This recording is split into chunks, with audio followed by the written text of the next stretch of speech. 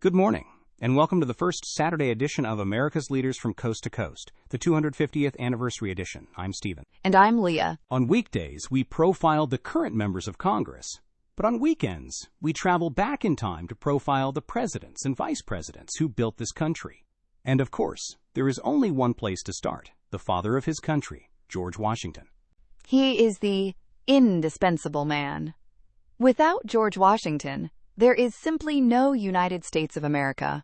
He commanded the Continental Army to victory against the British Empire, and then he presided over the writing of the Constitution. But before he was the marble statue we know today, he was a very real and very ambitious young man. That's a part of the story people often miss.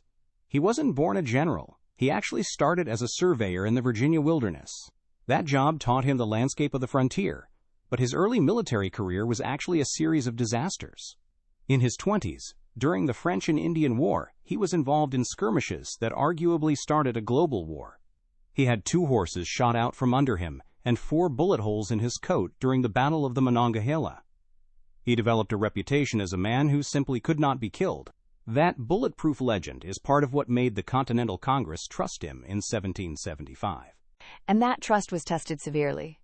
The Revolutionary War wasn't a string of victories. It was mostly a string of desperate retreats. We have to talk about Valley Forge. This wasn't just a cold winter. It was a near collapse of the entire cause. Men were eating shoe leather. Washington was fighting a 2-front war, one against the British and one against a Congress that wouldn't send him supplies. His genius wasn't necessarily battlefield tactics. He actually lost more battles than he won. It was his ability to keep a starving, freezing army from dissolving. He held the spirit of 76 inches together by sheer force of will. Fast forward to 1789. He is unanimously elected the first president. But what kind of nation was he leading? We have the data from the very first census in 1790, and it paints a picture of a primitive, disconnected land. It was tiny and fragile.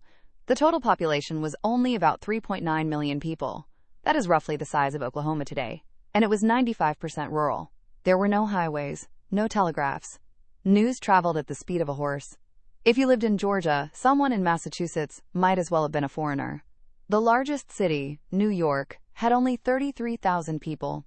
Washington's home state of Virginia was the massive powerhouse, holding about 20% of the entire country's population. It was really a collection of separate countries trying to act as one, and Washington was the only symbol they all agreed on. He had to turn that loose collection of states into a functional government, and to do it, he created the first cabinet. But this wasn't a team of rivals getting along. It was a cage match. Oh, it was toxic. On one side, you had Alexander Hamilton, the Secretary of the Treasury, who wanted a strong central bank, cities, and industry.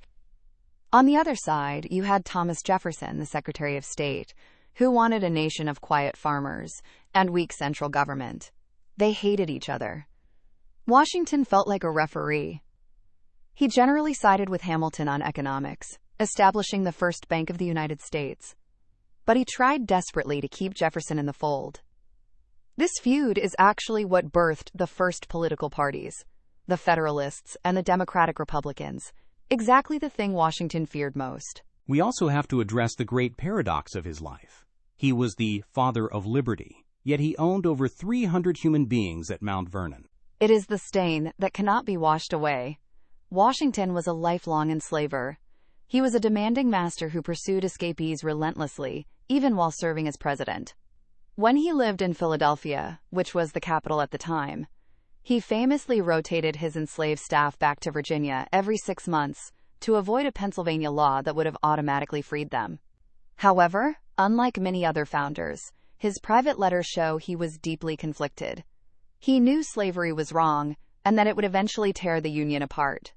In his will, he became the only slave-owning founding father to free his enslaved workforce.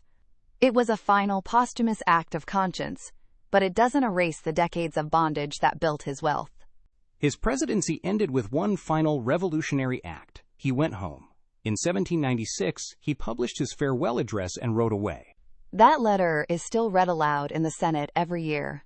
He warned us against 2 things: foreign entanglements, getting dragged into European wars, and the spirit of party. He predicted that if Americans started caring more about their political party than their country, It would open the door to, quote, quote, quote, quote, quote, quote, quote, quote, quote, quote, one quote, men. He died just 2 years later, in 1799. His last words were simply, "'Tis well." He knew he had done his duty. He set the standard that every single president after him has had to chase. That is our profile for the first president.